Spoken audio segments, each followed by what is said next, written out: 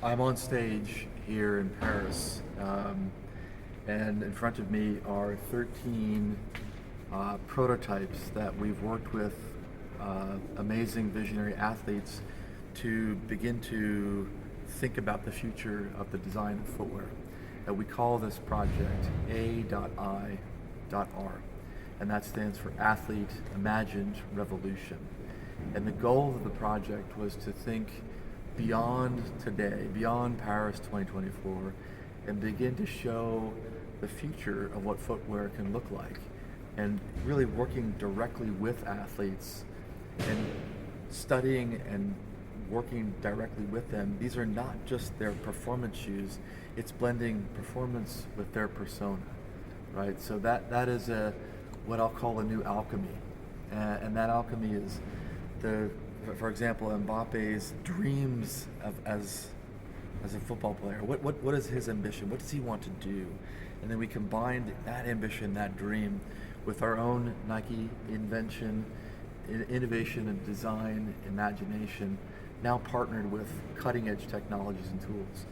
And that alchemy comes together and converges, and you see a big part of our job at Nike Innovation is to bring artifacts from the future today, to show you a trajectory, to show you where we're taking the world of design to become hyper-personalized, hyper-customized, and have an even greater impact because the product is designed specifically with and for the athlete. So we began the process by engaging with about 150 of our innovators, engineers, model makers, and designers by using artificial intelligence.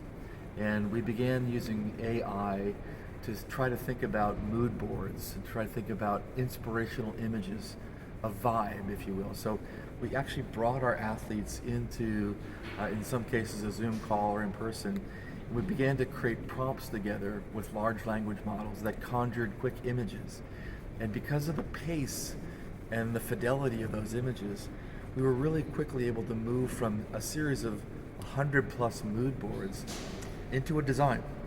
And then the design process moved from strictly 2D into something we call phygital design, both physical and digital. And the phygital part is we use then our computational designers.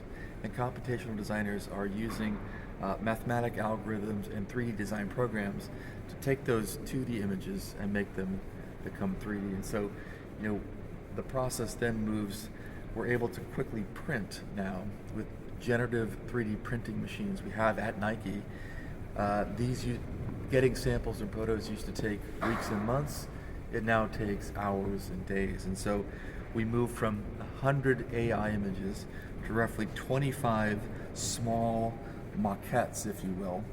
And we worked back with the athletes to pick from the 25 the top 3 that Mbappé, for example, liked, and began to talk to him about the aesthetic, the vibe, the feeling.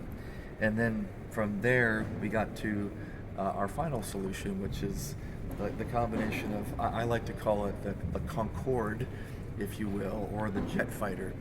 Mbappé is a fast and fearless player, and so this product is to conjure speed and to conjure a product that lets him be the fastest possible athlete on that pitch.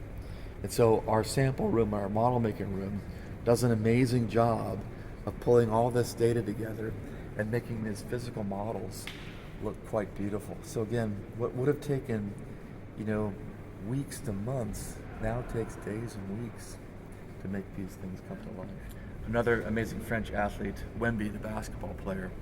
So, you can see the size of this product. Like, making a sample like this would have taken a long time, but Wemby, interestingly enough, is fascinated with science fiction and alien technology. So you can see some of the details in the light where you can see some of the texturing and patterning that kind of conjures this futuristic, alien, almost vernacular.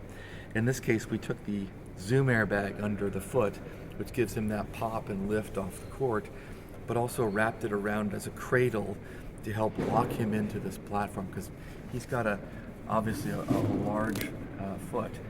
So it's a way that we kind of, again, fidgetly think about designing with these new technologies and lets us create both velocity and fidelity. Design work, as you see, these are each individual and unique expressions, are the result of talking to each athlete and not just helping solve a problem of sports, but finding little connections, little Easter eggs, little bits of encoding.